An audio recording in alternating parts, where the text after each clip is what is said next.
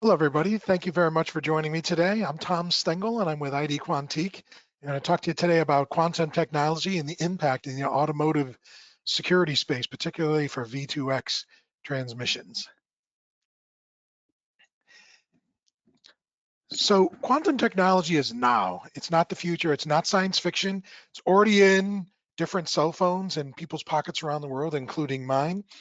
And it's really important to note that this is quantum security. What we're talking about today is security, like the lock on the door of your house. We have encryption, and it's an algorithm that protects your house, and it's the same thing with data, digital data. We have an algorithm, which is encryption that protects your data or it protects the communication channel. And just like the lock on your house, there's a key that opens the lock.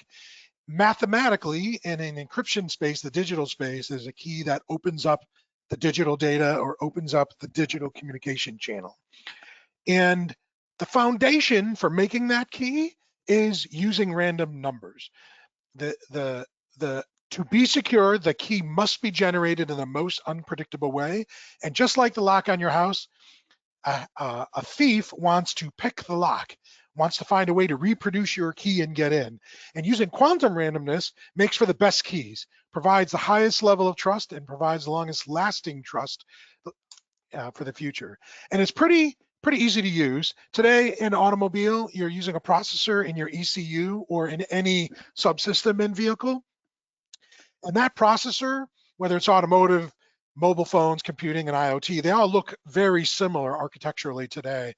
And CPU, memory, general purpose IO, built-in encryption engine. Occasionally the encryption engine is secondary and outside of the main processor.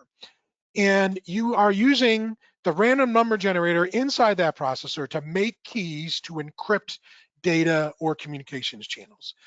Now, going forward, you put an ID Quantique chip right next to that processor. It connects in through the existing buses on that processor. The same process happens. The CPU wants to open up a communication channel over the V2X or encrypt data file from one of the in-vehicle systems, and it used the encryption block to do that work. You're going to create a new key, only now the new key is being created with the quantum random number generator.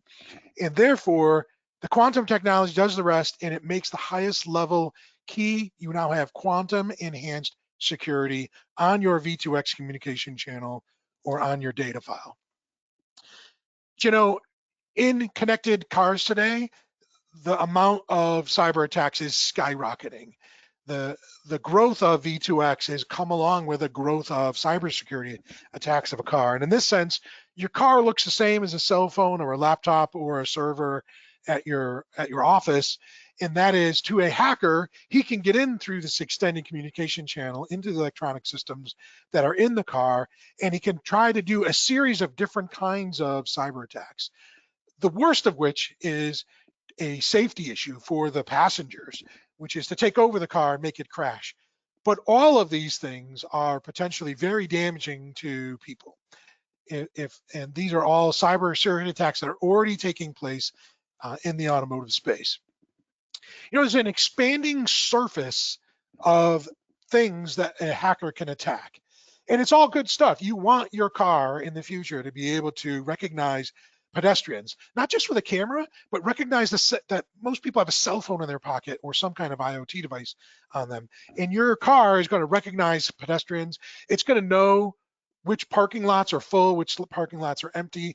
It's going to be talking to the traffic light in your local municipality as you're driving.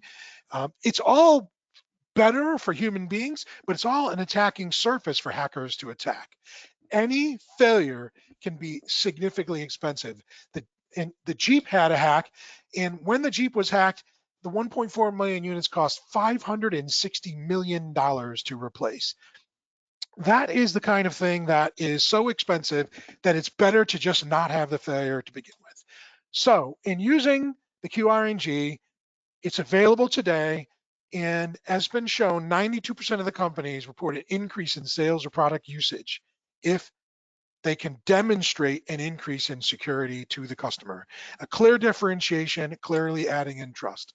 I want to thank you for listening today. We have a series of webinars on automotive and on other use cases for the QRNG at the IDQ Quantique webinar site.